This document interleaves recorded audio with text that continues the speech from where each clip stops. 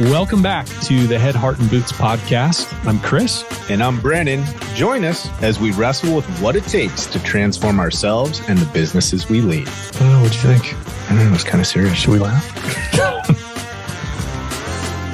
Christopher. Oh, man. You kind of tried to jump in there and beat me a little bit, but you know what I'm really enjoying? I can see. I feel like there's a lot of options for me to choose there.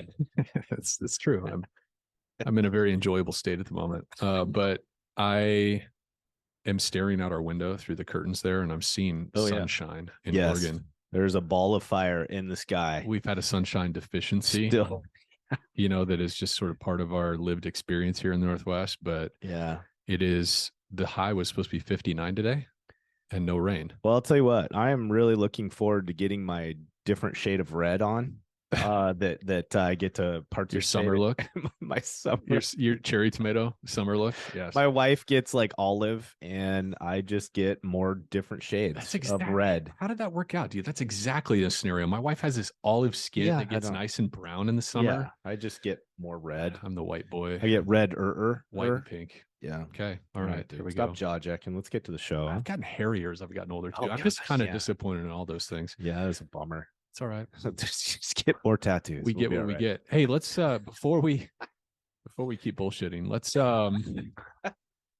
thank our sponsors. Let's get the work out of the way, right? We've lost control already. It's not work. We really love our sponsors. Let's talk about Liftify. I'm taking Liftify. All right, hey, go for it. Go ahead. Did you almost call them Lictify? No, because that wouldn't be the same. But it's interesting. So don't look that up. Don't type in Lictify. Don't type that in. Don't hold us responsible for it, anyways. There is no / of anything on that. Just so we know. Oh, good Lord. Do we need to start having like a child disclaimer if people are listening to this in their car? I was thinking about that the other day. Maybe. Because I had like a relationship sex, I like example for something. I'm like, wow, I'm going to have to, Oh boy, that's not part of our sponsorship read. Okay, Zach. That has nothing to do with Zach's company. Okay. On another note, Liftify Google reviews. Yes. It's interesting. Liftify is not just for a small little service company. No. We were talking with a mega $1 million restorer in our area, and we ended up talking about Liftify recently with them, and they're like, oh my gosh, we suck at converting our Google reviews too. That out, right? So this isn't, I think sometimes we can tend to think, as a small business, we don't have time for this or that. But even companies that have entire marketing departments that theoretically would be totally hammering down on Google reviews, they aren't necessarily getting a better result from that either. And so Liftify's created a solution where we don't have to be dependent on our frontline technicians to generate Google reviews. Obviously, it should still be part of our process and expectation. We're asking for reviews, all that kind of stuff. But it takes the pressure off you relying on their compliance to convert these Google reviews. And let's face it, you can't chance it. Yep. Right. And then Ben at Ironclad Restoration Marketing said the same thing, right? Google reviews are incredibly important to organic search results. All of us are trying to get found by people hunting for water mitigation leads and all that kind of stuff, right? So, so if you don't have Liftify and you're not getting right now 20 to 25% of your jobs giving you 5-star Google reviews, then go to liftify.com/floodlight, right? The solution's right there. It's very, very affordable. Brandon and I've talked about this before. We've hired those big, fancy, Silicon Valley Google review platforms, and we got like 5% conversion. We were spending hundreds of dollars a month on those platform services. Well, Liftify's come in here and at a lower price point is generating 20 to 25% conversion. And we've seen it in our clients. We've seen it in our business. Yep. It's helped us completely overhaul our review presence on Google. So, and we've watched organic leads for people looking for consulting from Floodlight coming off of that as our Google reviews have built up. So that's right. If you don't have Liftify, you owe it to yourself to have a demo with them and explore them as an option. Dude, you know what? I'm going to critique you a little bit there in a good way, I think. You're passionate on that one. I like the fire in your gut. Did you hear the juice? I did. I like it. When I looked and I saw we have like 31 4.9 or 5-star reviews on our profile, and it gets you jazzed. Hell yeah. It gets you jazzed. Yeah. Yeah. All right, CNR magazine. Gosh, I'll tell you what. Talk about in the front of the line. Holy cow, man! Obviously, we're in the midst of our what we call this is like convention season, right? Like all the big companies and entities are putting on their conventions, and CNR obviously is the front of all of it. And we were just doing a text exchange with her about her booth at PLRB. Man, it was awesome. But anyways, point is CNR magazine, guys. Like, if in terms of true content, like there's stuff there that we can use that has an impact on us. So I was just reading, I literally this morning I was reading the article from Ed Cross, and there's a pretty in-depth article about a suit that was won against Allstate, not banging on Allstate, but in this particular case, it's a very clear example of frustrations we all have around our billing and statements being made about what will be allowed and what won't be allowed. And of course, Ed just gets into the rock and roll of it. CNR magazine, they're publishing that content. And it's content that actually helps us. Yeah. So again, you guys know how we feel about CNR, and you especially know how we feel about Michelle and her team. But guys, like the validations there, the content's not BS. It's not just to get some eyeballs for marketing dollars. They're providing content that's actually applicable and useful to us. It's really good. It's very true. It's a voice in the industry for us. And so pay attention to that. And of course, we'd love the continued support from her and her team, and we'll do whatever we can to be in their corner because of what they do for our industry. So, okay, dude, let's get into this topic. You want to kind of get the lay of the land for us? Yeah. The topic I kind of want us to revolve around today is clarity. And I think as a leader, we were just talking about this kind of a category of thinking as leaders is that whole Henry Cloud principle that we talk about a lot, which is leaders will always end up like you're always going to get some combination of what you create as a leader, speaks to intentionality, focus, all that stuff, what we create as a leader and what we allow as a leader. 100%. And man, what a powerful mental model, right? For us to think about leadership in those terms, right? Yeah. And it's crazy too. Like I remember, I'm going way back. I remember some training that we were starting to adapt to at one of the original companies that you and I did some work with. We were almost there for a decade. Anyways, part of that development of our teams, we really hyper focused on developing some internal training and leadership development.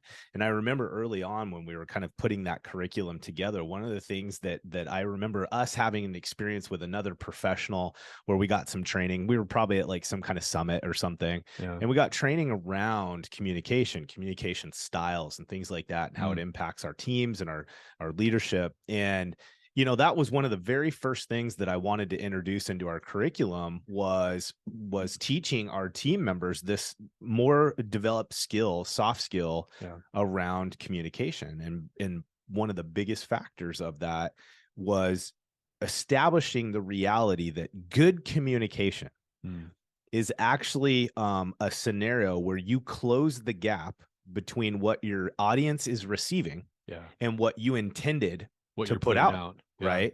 And it was, I just remember how awakening that was for me, because I think we're all communicating all the time and we're assuming what the audience is hearing. And we don't really know specifically. And what we've learned over the years, and for some people, they're like, duh, how big that gap can be. And we really can't comprehend why, right? We've got some good examples today. And so I think we'll title this in some fashion as creating clarity. That's our theme today. Yeah, I think so. How do we create clarity in all the different spheres of our life? Because again, if you follow Floodlight, you follow our Head, Heart, and Boots, like we're just huge believers that who I am, the me that I bring to work ought to be the same me that I bring home to my kids and my family, right? So creating clarity, it's not just for being a more effective professional or leader, right? It's touches everything. We got some stories. We're going to, that's the ground we're going to cover today is how do we create clarity? And if you're okay with it, I'll start with kind of our sales example. Yeah. Because I think clarity is a really, really important aspect of the sales work we do. Yeah. Whether it's, I was just thinking, okay, I'm going to throw something at you. All right. Before you go into that specific example, can we just give And you know, I think for some folks, like they get it, they connect the dots. But can we just think about, like, let's call it 3, 4, 5 different ways that this creating clarity benefits us as leaders, as individuals, right? Like, just kind of the why, like, why Yeah. should we care about this? And then I think it'll be fun, like you were going to, is just kind of looking at some of these examples in these different areas of our life. Yeah. Right. Yeah. Well, you know, the first thing that comes to my mind of why is clarity so important, and how do we prioritize it? Like, how do we think about it? Right. I have a story in my head at all times. Yeah. You have a story in your head at all times. Yeah. I mean, mine might be better than your story, but there's definitely a story. Scott, our other senior Yeah, consultant, he has a story. He has a story in his head, and so does our creative director Jana, and so does, you know, Avon, and my wife does, and my daughter does, and my sons do. One of the main reasons for clarity is we can move through the world. We've talked about this idea of sleepwalking. From the outside looking in, we're a successful professional, maybe an owner, a general manager, a professional mom, we're a teacher, we're a whatever our role is. But on the inside, we have these things we do that we're just not even conscious of, right? And clarity, right? Oftentimes we are acting on the stories in our head, rather than moving based on clarity. Yeah. Yeah. Like that, I think, is the default behavior that all of us have, is we're moving within our businesses, within our relationships, based in some part on the story in our head. Yeah. Our mind is skillfully filled in the gaps. We're 100% confidence in what we know, our instincts, what my gut tells me, only to find out, most of us, that it's a very imperfect picture. Yeah. And I think oftentimes it's in our work that we first discover that. Yeah. But certainly in our relationships, and I'll share maybe a little bit later how my wife and I married 21 years today. Actually. Yeah. Congratulations. March 22nd. That's right. 2002. That in marriage, it's equally as important, because again, it's just another aspect of our life. Right. Yeah, I think for me, one of the areas that kind of popped into my mind very first thing as we were thinking about this was this in our businesses, right? Well, what do you and I do? We're consultants, right? So the primary goal when we partner with somebody is to help them create systems and processes, right? And adapt leadership capacities and competencies so that they can create a kind of business that's like, hey, this is a solid, elite performing business that I love and I enjoy being a part of.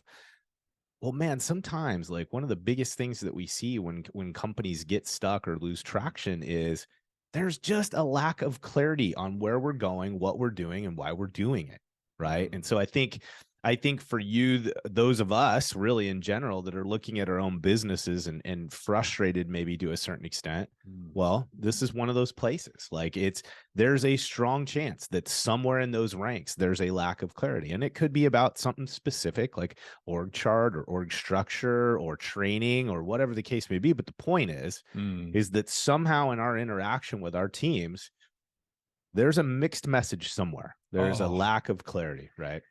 You know what I was thinking of as you were unpacking that is, we have to keep in mind how there's really two different dynamics that I think tend to sabotage clarity. One is power dynamics. Oh yeah. Yeah. We probably haven't talked enough about this, actually, because I think in leadership, this is one of the things that we just totally forget, is that if I'm a general manager or I'm a VP of sales, I have a sales team, or I'm a mitigation man, when I walk into the room, whether most of us don't even consider it this way, but the reality is that in that leadership seat, I have the power of life and death over my direct reports. And of course I'm being dramatic, but right, like, I could fire them today. Sure. Yeah. I could get angry about something and just, it's cool. Of course, poor leadership, but I have that authority as part of that leadership seat to take away somebody's livelihood. And there's a ton of downstream effects of that, right? Sure. For the person, like when they consider that my boss could fire me, I would potentially be embarrassed to go home to my wife that day, right? Like there's all these downstream effects of the authority that I hold as a leader. Sure. And so when we ask somebody who's a downline employee or team member whether they're clear on something or what they think about something, and they give us a response, if we haven't gone above and beyond to establish a safe container where they feel like they can actually share what they are really thinking or experiencing, we're often only going to get a version Yep. of clarity. Yep. And they just won't offer all of their response. Yep. Right. Or I think more often than not, where we see this clarity break down is people will tell us yes to something. Hey, does that make, we often as leaders or speakers, when we're going through an agenda or we're sharing something in front of our team or a group, we'll ask for clarity. Right. We'll say, hey, everybody cool? Everybody with me so far? Right. Did everybody get it? Does this make sense? All that stuff. Yeah. And I think culturally, there's a knee-jerk response that all of us are programmed to give, which is, yeah. Yep. The socially acceptable answer in front of your peers is, yeah, I totally get it. Yep. That's one of the things we're fighting is the power dynamics, right? So anytime somebody's up in front of the room, there is a power dynamic, even if they're in front of peers, because the person in the front of the room, there is authority granted in that moment. 100%. And so there's a lot of social pressure to just say, yeah, I get it. Yeah. Rather than saying, no, I have no clue what you're talking about. This is very confusing. Connect the dots for me. I don't right. understand. I mean, think about your last team meeting or all company meeting when you did that, where you're like, hey, is everybody cool? Everybody understand what we're trying to do here? How many times does somebody raise their hand and I say, I have no clue of what's going on. Right. I don't understand what you just said. No one says that. Right. And that's part of it. That's part of our problem. Yeah. That's part of it. So there's power dynamics, and then there's relationship dynamics, which is going to come into play when I share a story about my wife and I last night before our 21st anniversary. And I could go into this morning, but I'm not, because we had it's so funny how ironic life is. But relationship dynamics play into this too, in our personal lives and in our work lives amongst colleagues and peers. Sure.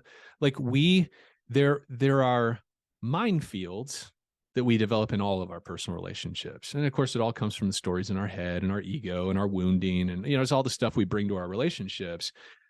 But I think we lose track of this sometimes. Yeah. And so it's the same thing in personal and professional relationships. Forget the power dynamic as peers.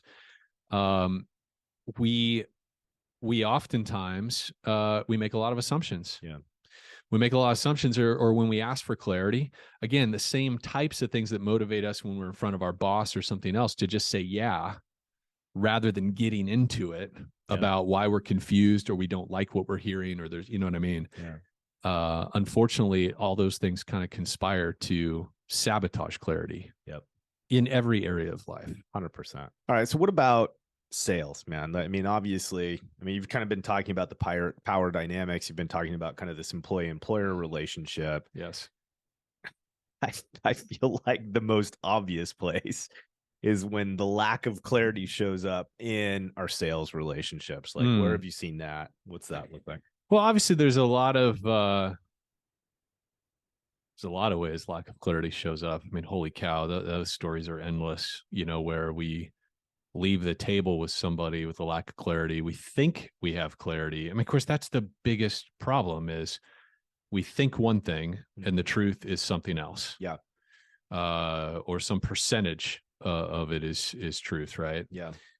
Well, here's one very simple scenario. Like when you and I meet with a potential consulting client, right? We have our own sales process, and we potentially fall victim to the whole clarity issue as well. And one of the things that you and I do that we like to do with our potential clients is take the temperature, right? Yep. So we have a whole process. When somebody comes to us, usually they have a reason, a presenting problem that they want help with. And we have this discovery conversation. We ask a lot of questions. And one of the ways that you and I try to establish clarity is we say, at the end of the first call, we ask them, we say, hey, based on what you were hoping to find in a potential partner, based on the questions that you were hoping to get answered today, scale of 1 to 10, right? 10 being, wow, you guys have answered every question I was hoping to get answered. It seems like you guys offer everything I want. And 0 being, yeah, this doesn't feel like a good fit. Like this isn't the right direction. Where do you feel like you land? Yeah. Where are you at? Yeah. And man, when you and I remember, to Yeah. integrate that in, and we don't get lost in the conversation, which all of us do from time to time, that is an incredibly effective question. Yeah.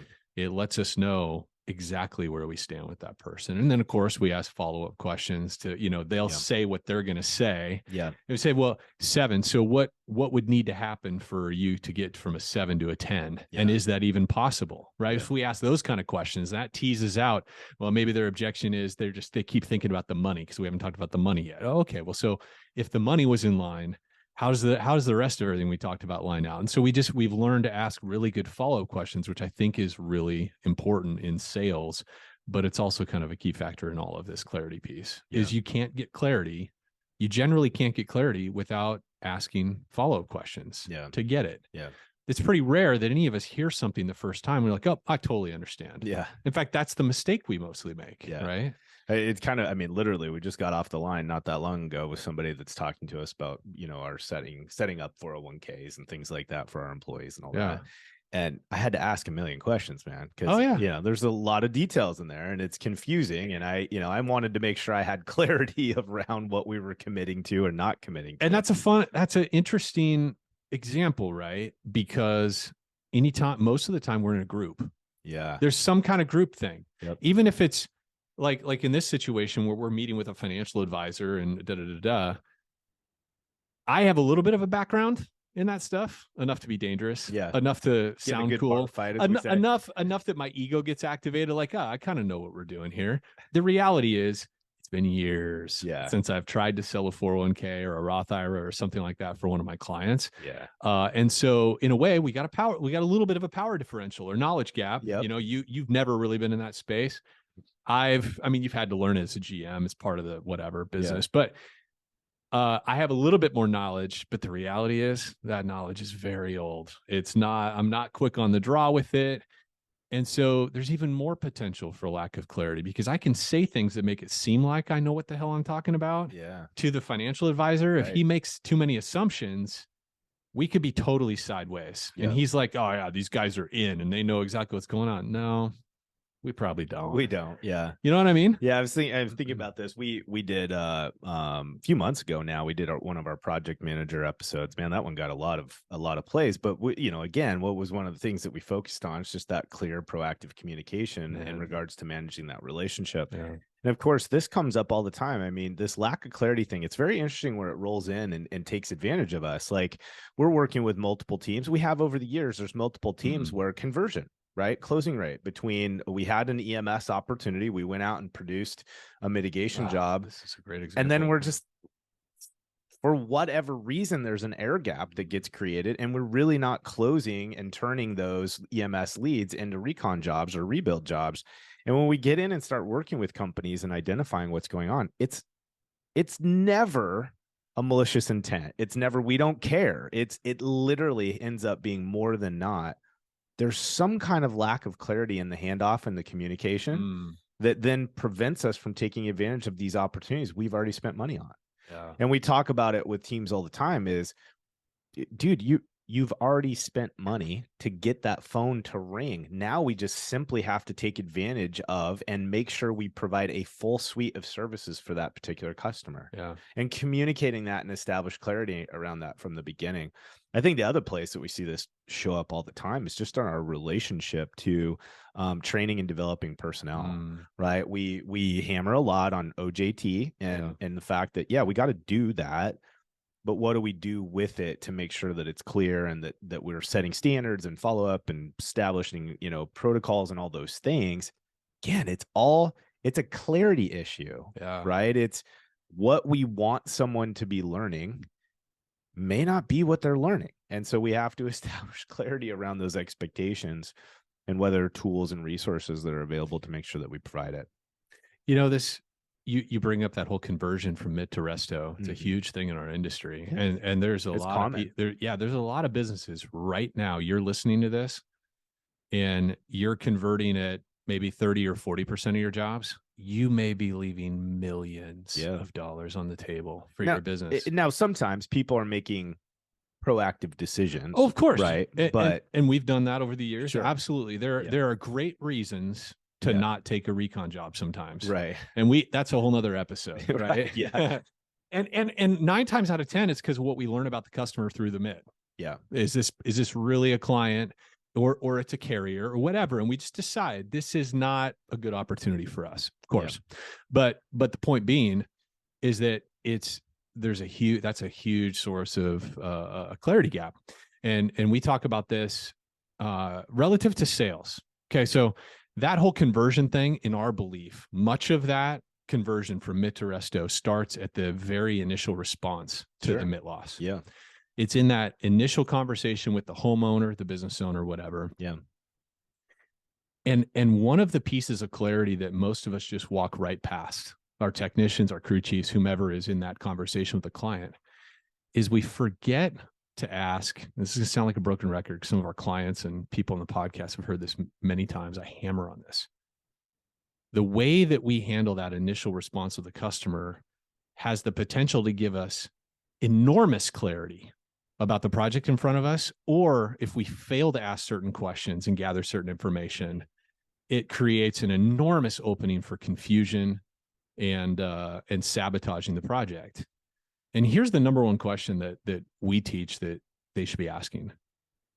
In the very initial approach, Mrs. Jones, have you ever been through something like this before?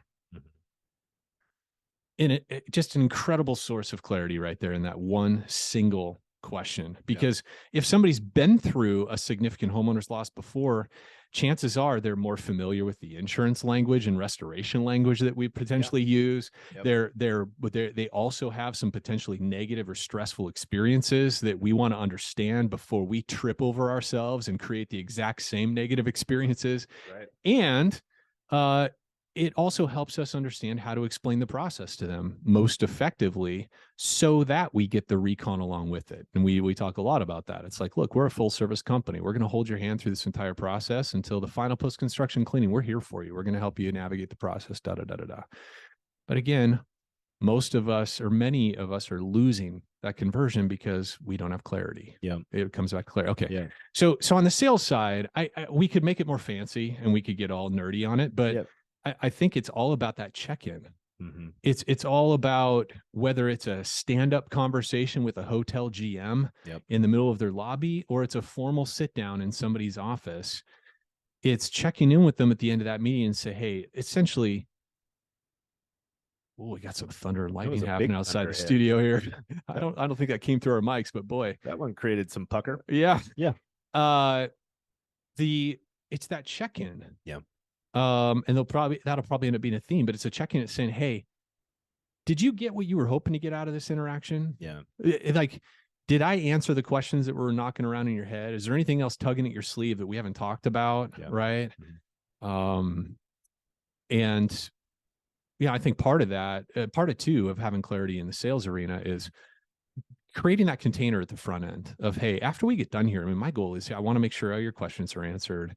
I want to make sure that things that are important to you guys actually get talked about, because I have things that are important to me to get out to you guys. Yeah. And then that check-in at the end is just, hey, where are we at? Yeah. Is there, one of the questions we've even asked our clients, hey, is there something here? Yeah. Is there something here for us to have another meeting on? Yeah, absolutely. Is a really honest way of asking that question. Whereas I think a lot of salespeople feel so much pressure to just like get the next thing before they say no. It's like create interest any way we can so we can get the next meeting. Instead, I think part of getting clarity is the willingness to kind of sit back in your chair and say, hey, is this working for you? Yeah. Are you into this conversation? Yeah. Are we headed? Am I addressing some concerns or needs that you have, or are we missing? Yeah. Well, and I think kind of what some of these examples or whatever, the ways that they impact our business or different portions of our life, I think what they kind of totally summarize to is these handful of impacts, negative impacts. And of course, there's the opposite to all of those negative impacts when we do actually create clarity. But I mean, think about it. We lose traction in progress. Mhm. Okay. Like if we're making some kind of system change, process adoption, whatever the case may be, often it's going to be some lack of clarity somewhere in Mm. that process that really grinds gears and slows progress. And in a lot of cases, ultimately just ends up being another initiative we've talked about, but we can't do anything with it. Yeah. I think we see real financial costs that are measurable when we Mm. have lack of clarity. Things like closing rates, conversion rates. I mean, how often are we really maximizing by upselling almost all our recon opportunities? Like, how many people want to put their house together exactly the way it was before you showed up? Mm. Okay, granted, if it's a brand new house, right? But most of our projects, Yeah. buildings, houses, they've been around for a while, and some kind of TI or improvements is necessary. So again, there's real monetary cost to a lack of clarity within our system. Yeah. Things like employee turnover, lack of engagement.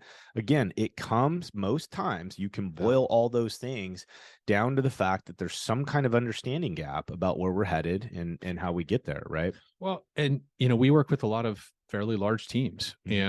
and clarity is probably the number one issue affecting their organization. And these are very successful teams. I mean, Yeah. but when we get in there and we look at it and we're like, okay, here's the opportunity. Yeah. It's almost always clarity. And we end up, one of the very first initiatives typically we'll do is looking at org chart. Yeah. How is this organization set up?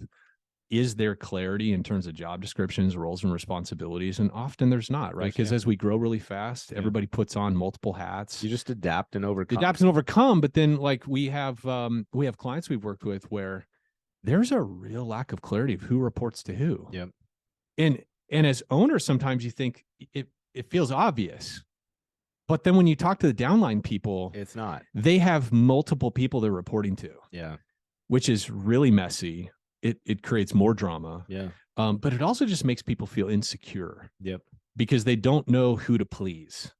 You know what I mean? Yeah. And then Or they just choose the wrong person, right? They Yeah. inevitably, partnering or seeking advice or direction from a peer or potentially somebody from another department or, undirectly related or whatever the case may be. And it's like you can't really get connection between their direct line supervisors, the person actually responsible for their and performance. again, we talk about power dynamics.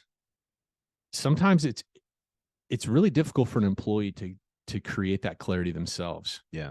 Because of the fear. Yeah. Hey, I don't want to, so and so is a little bit testy or gets easily aggravated. I don't want to bring this up to him. It's fine the way it is. It's like leave well enough alone. Yeah. Don't poke the bear, right? Yeah. There's all these things that, whether it's warranted or not, I think sometimes as owners, we discover these things after the fact. Well, why the hell didn't you just come talk to me? Yeah. We have one particular owner that it's like, God, they never even brought it up to me. Yeah. Because they were intimidated. It's like we forget the power we have. Like it's really important, I think, in establishing clarity that we lower. It's like there's an element of posture and body language that's really important as leaders, especially when there's a power differential, right? Sure. Yeah. It's like, I think part of the practice is of creating a safe container for the person in front of us. It's at times it's shrinking our profile a little bit. It's lowering our voice. It's creating a little more safety when we may be a real intense hard driver person, right? Part of creating safety to achieve clarity is making ourselves more approachable. Yeah. I think it's part of it. Yeah. Yeah, I think I think you've kind of turned the corner a little bit here in the conversation. I think we should just keep rolling with it. Is what are some of these tangible things that we can do to continue to focus on and create clarity in these kinds of scenarios, right? And you've talked about it with sales, like that whole taking a temperature. I think that's a perfect example of a tool or a resource that we could deploy that's not rocket science. It's simply being honest, right? And I think one of the powerful things that you're displaying when you give that example of just taking the temperature, asking the client is, I think you also diffuse some of that ego stance in that where you're like, okay, well, they're the ones presenting and they're the ones pausing for a second and saying, hey, what's your understanding of this? Like, is this landing? Are we headed somewhere here? I think it empowers the listener then to be more engaged and say like, well, okay, well, since you're asking, Yeah. right? Versus them going off into the nether silently and us never hearing from them again, or whatever the case may be. Yeah. I think other things that I've been taught over the years, especially is like, for instance, in delegation or training or interaction with personnel, is really doing a feedback, like establishing a feedback loop and saying, hey, what did you hear? Yeah. Right. We've just been discussing, let's say, an update to our methodology about estimating, whatever. Hey, what did you hear? Right. Yeah. From what we've been talking about. And then doing that whole like peeling back the layers of the onion based on that first response. Mm-hmm. Right. And there was a point in that I asked an open-ended question. I didn't say, like, because you and I do this a lot, like when we're presenting and training. You feel me? Are you following where I'm coming from? Right. And that literally is a yes, no answer. But something like, hey, what did you hear in our exchange so far? Mm-hmm. And having them almost do a summarization of what they've picked up on. Oh, man, that has given me so many opportunities over the years to go, oh, okay, no, hold on. No, that's not what I meant. Yeah. Right. Or no, that's close, but let's provide a little more color there so that we walk away with a similar understanding. I was just kind of like feverishly writing some notes as you were talking. Oh, here's one. And this is that more proactive stance is leveraging setting expectations as part of how we're creating clarity. And again, this is literally, this is effective in all types of relationships that we have: professional, personal, family, employee, employer, sales, prospects, right? All the things, if we can do a good job of, and you teach this a lot in regards to like setting up the sales meeting. Like you literally open very specifically with setting the stage of the expectations as we know them right now for what the meeting should unfold like. And then you again leave room like, hey, is this agenda aligned with what you were hoping to do? Is there anything here you want to add, right, to it? That's massive, right? Yeah. To establish the clarity. You've proactively prevented a lot of space that people will get spun out on to create that lack of clarity. Yeah. And I think we can do the same thing when it comes to like client relationship. Like we show up on the first day of the job, helping set expectations. You and I talk about a lot the silent phase, right? Where things are going to feel a little lame for a while on that project life cycle. But again, if we can proactively set that stage and create clarity around, hey, this is going to happen. Yeah. This is what we do about it. Yeah. It's so powerful. It's really so is. powerful in preventing that from becoming an actual issue, right? Yeah. That we lose confidence from the client. Or I think a lot of times we're as leaders, we're in some state of fear of how our audience is going to react. A lot of times, I mean, as leaders, we're regularly faced with situations where there's no awesome option. Yeah. It's like the lesser of two evils. You know, we get in a tight spot, or there's just something dangerous or urgent or whatever. And it's like, yeah, both options are going to suck a little bit. Yeah. This one sucks a little bit less, but we're in front of the audience and we're just a little afraid of what the reaction is going to be and how it's going to impact morale and all the things and our sales focus and everything else. And so we're almost afraid to hear what people think of it. Yeah. Which leads to confusion and misconceptions and misunderstandings, which perpetuates and which amplifies the problem of how that message landed. But we're timid because it's like, we don't want to poke the bear either, whatever that means. You know, we aren't, we don't want the conflict and drama either. And yet sometimes avoiding the drama 100% creates more of it. Yeah. Yeah. I think vagueness in job descriptions, vagueness in, accountability or org charts. I think if you have any gray in scenarios like performance, like what does performance expectations look like? What does me delivering a win look like? Yeah. Again, these are huge areas in our business that we create clarity gaps that really hinder and cost us again. Yeah, you bring up a good point, because so many of the people listening to this are likely in some kind of growth curve right now. Sure. Like there's obviously M&A, there's all this, everybody is chasing growth right now. And I think with that, you end up with people on your team that become kind of these jack of all trade resources. And, you maybe opened a second location, or you're in a massive hiring, blitz, or you got all these things that are changing your business. And inevitably you get people that emerge on your team that are capable of a lot. Mm-hmm. And so you just start assigning them all these projects, and they just kind of become this project person on the team. I think we've had employees like this.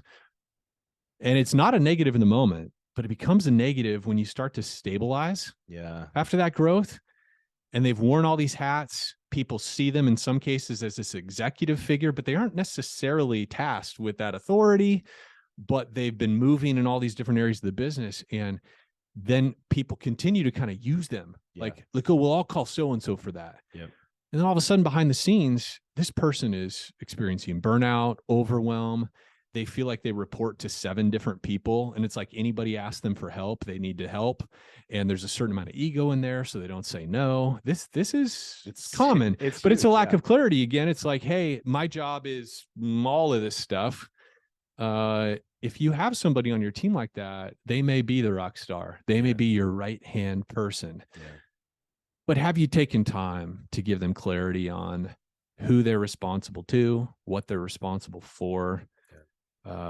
These are some of the reasons why people burn out and they leave our industry and they leave our businesses. Just because at some point they are incredibly valuable, and they're like, oh man, I just need a little bit of a break.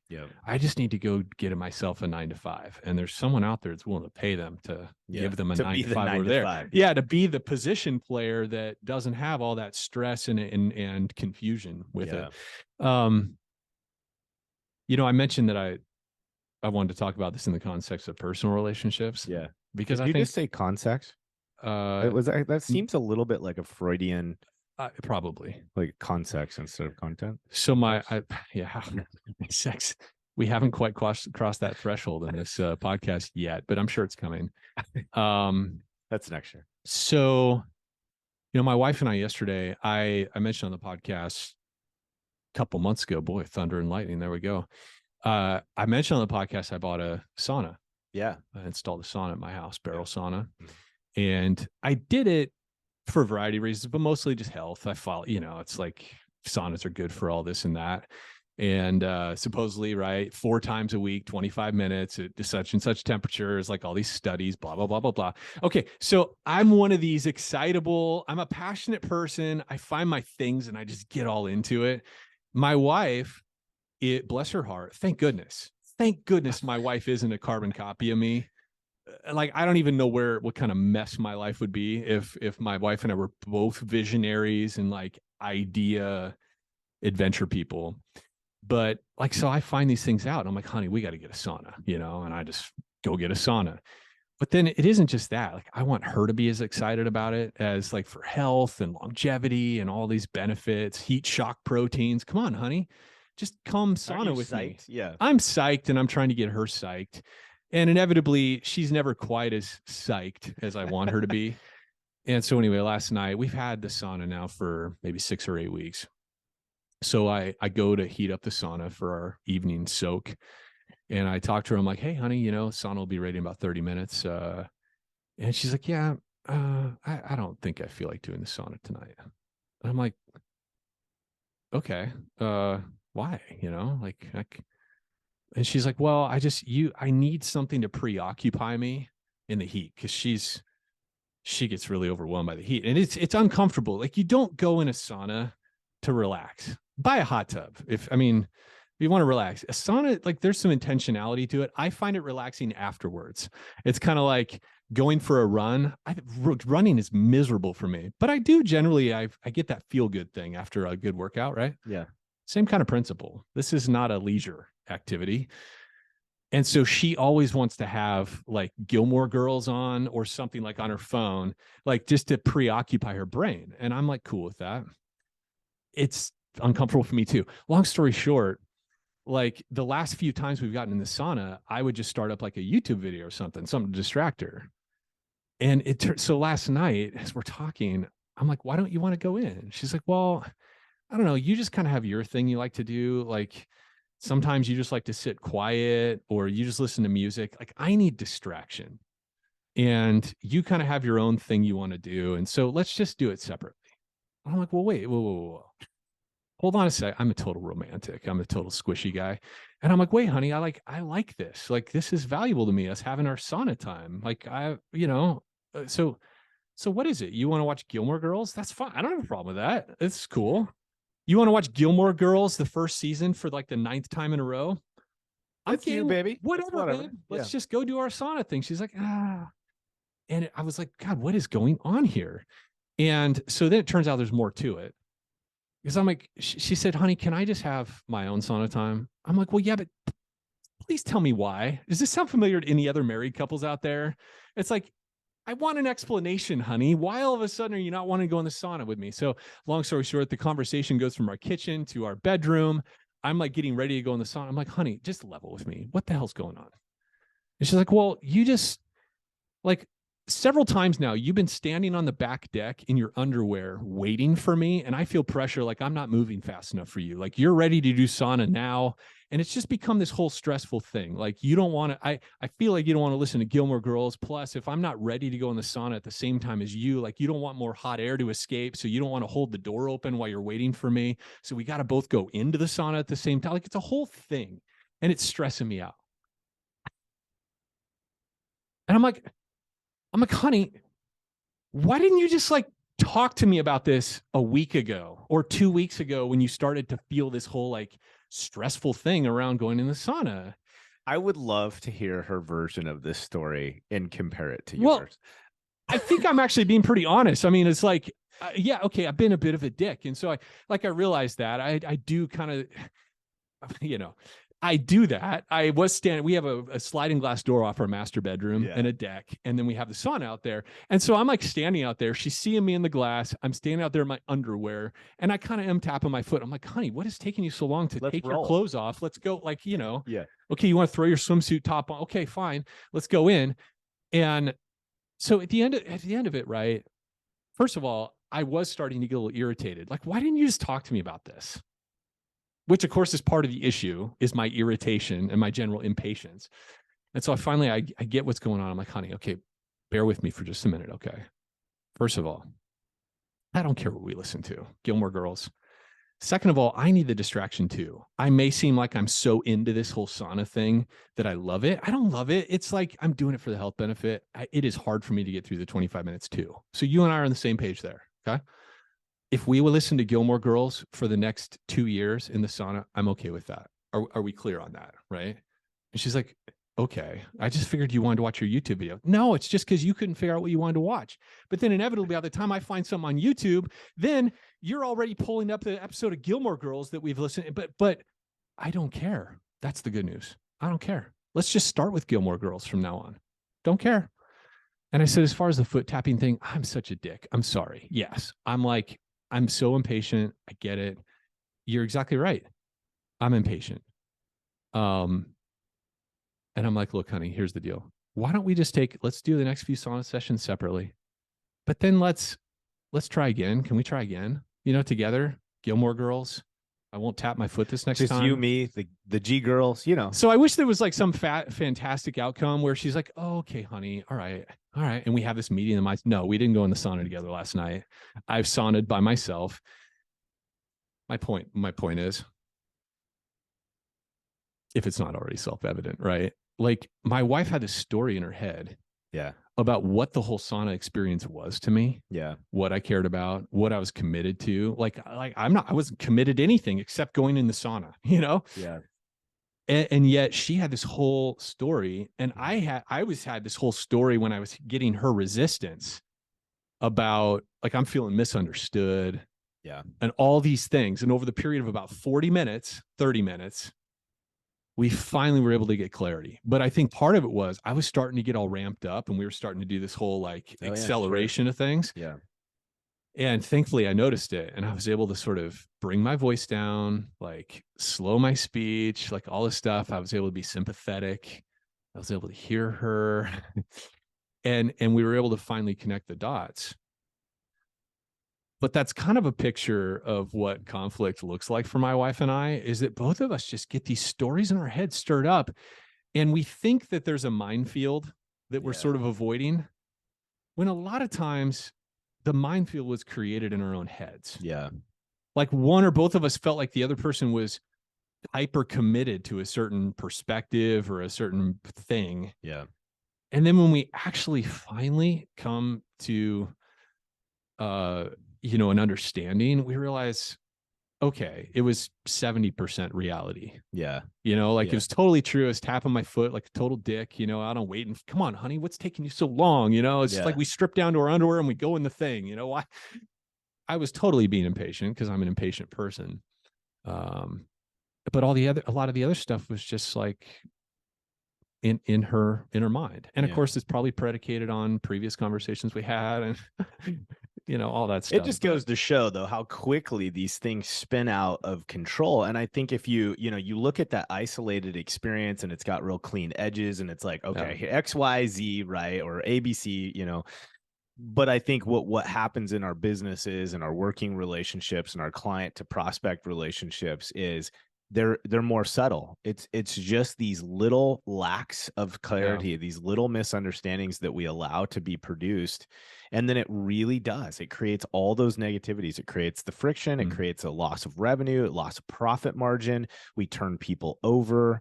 We lack engagement. Like it really does come back down to these key elements of just creating clarity in our understanding. It's not lost. People on the same page. Yes. You know what I mean? Absolutely. It's not lost on me, by the way, that at no point as I'm telling this somewhat revealing and embarrassing story about myself and my natural tendencies, at no point did you say, oh yeah, Jana and I deal with that all the time. Yeah, because I've never had that problem. Son of a bitch. Yeah. Okay. All right. Just let me know. Hang myself out there. It's time to do counseling. We'll square you away. Really appreciate that. Yeah. No, we'll be really crystal clear. I really hope. Yeah, I hope you and Jana can impart some winning strategies to my wife and I really look forward to that. Son of a gun. Now I understand why you started with the context statement instead of context statement. It's what I'm not going to be having tonight. No. That's right. Yeah. Okay, so, crew. Hopefully, did I mention it was my anniversary today? Yes, I think we've lost the control. I really think one of these days we should get our spouses on the episode and they just run it and they kind of set the record straight. Well, what a lot of people don't know is my wife actually, unfortunately, probably for her, she has to listen to every episode. Yeah, she does a lot of of post-production interaction. So she's probably heard. Goodness, these so stories. We should land this plane. Yeah. Listen, for those of you who have been following Floodlight, Head, Heart, and Boots podcast for a while, right? If any of this holds value, the best thing you can do is share it with your friends. Subscribe, right? So you go into Apple Podcasts app, right? You can click, is it follow? I think, Apple still calls it follow. I think it's follows now instead of subscribe. Yeah. On Spotify. We also have a bunch of listeners on Spotify as well. So if whatever platform, but subscribing or following, whatever the deal is, sharing with your friends. When we post our recaps or our little snippets, on LinkedIn, sharing those out on your news feed, God, it makes us feel good, to be honest. In full honesty, think about this. Then this is just like full transparency. So listen, we need your help growing the show. One is it's growing and it's growing rapidly, and we're very humbled and excited about that. It's fun for us. It gives us the wherewithal to continue to invest energy and time into that. But more importantly, guys, is that us talking to guests and just saying, hey, the show's great and people love it, doesn't necessarily move the needle. It doesn't help people find us. Yeah. Right. But as more and more people are actually subscribing and formalizing that relationship with us, it gives us more authority for us to bring in more and more guests. And this year, Chris and I intentionally started the year a little bit more solo and not bringing in a lot of industry specific guests. We've had a few and we have a few more coming up. But we really are trying. Our goal, we're just being really transparent with you guys. Our goal is we want to continue to attract and bring more voices that are more well-known and or have more traction in some of these other industries, because they have a lot to share with us, a lot to teach us. And those numbers mean something to those folks, right? When they see that there's engaged listenership and that there's followers, it really gives us much more of an opportunity to leverage that relationship and bring some new people into our industry and expose our listeners and our partners to some of these these folks. Yeah. And it really does help move the needle. Yeah, it really does. These authors and speakers and business executives, they're in high demand. And so they start to differentiate, where do I want to give my time to, right? So anyway, so that's awesome. If you and your company are on a growth trajectory and you're looking for a partner to consult, coach, advise, equip, we'd certainly love to talk to you at Floodlight as well. You can go to floodlightgrp.com. Check out services, see testimonials of other clients, learn about some of the other services and things we do. That's right. Other than that, till next time. We'll see you. All right, everybody. Hey, thanks for joining us for another episode of Head, Heart, and Boots. And if you're enjoying the show, or you love this episode, please hit subscribe, write us a review, or share this episode with a friend. Share it on LinkedIn, share it via text, whatever. It all helps. Thanks for listening.